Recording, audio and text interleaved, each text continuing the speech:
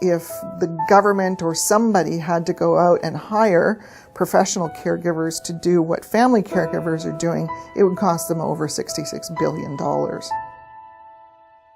Caregivers are everyday people who are finding themselves in a position where they're caring for a loved one or a friend.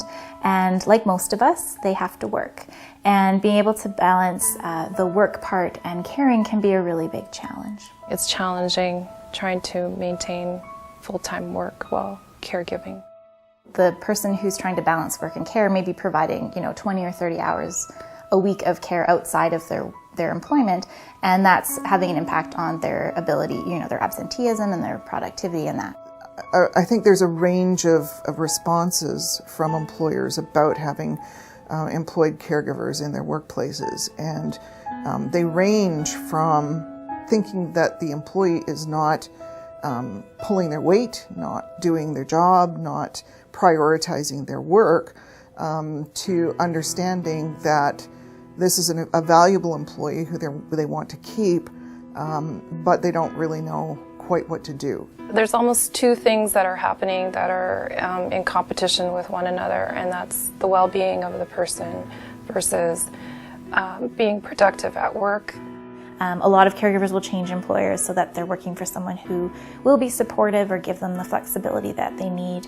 A lot of caregivers will move to part-time work or reduce their hours, reduce their responsibilities so that they're able to balance the work and the care. And that obviously has an impact on their financial well-being, but it also impacts their employer. If they're a good employee who is cutting back because they don't feel supported, that can be a big challenge moving forward.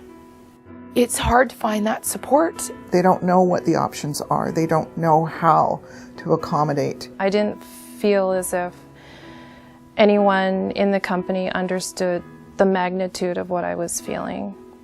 If they're not living it, if they haven't experienced it, they don't get it. We do see a lot of caregivers who are really quite intimidated or afraid to talk to their employer because they're not sure how they're going to respond. Last year, I hit a wall of anger and exhaustion and burnout, and I had to take time off. There was no question, but I was scared because I was scared what it was going to do to jeopardize my career. Absenteeism is costly to employers in terms of lost productivity or replacement workers or both. We know that caregivers are more likely to have to leave their jobs because they can't manage both. And we know that turnover is also costly to employers. It affects the sustainability of the labor force. It's in the best interest of the caregivers, obviously, if they're able to keep working and they want to be able to do that, but it's also in the interest of the employer. If 30% of your workforce is caregiving, you can't just kind of get rid of all of them and bring in people who aren't caregiving. And so it's in employers' best interest and it's in policymakers' best interest to come up with solutions that will allow caregivers to be absent less. We need strategies that will allow caregivers to continue to hold on to their jobs. It actually can reduce the costs of having caregivers in the workplace if they accommodate their care responsibilities better. I think what could have helped me would have been having flex time. Often the demands of care require them to be available, either emotionally or in person, to take someone to appointments during work hours. For many caregivers, it's also helpful to be able to work at home. They need that kind of flexibility in terms of scheduling their time. Just a little bit of flexibility and understanding can go a really long way to helping them stay employed. There are definitely benefits for employers to having employed caregivers in their workplace.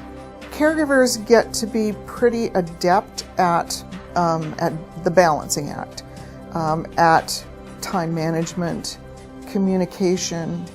They're very empathetic, so if relationships with clients require that kind of skill, I think they tend to be very good employees. Supporting employees who are caregiving makes for a more productive and happier and healthier employee.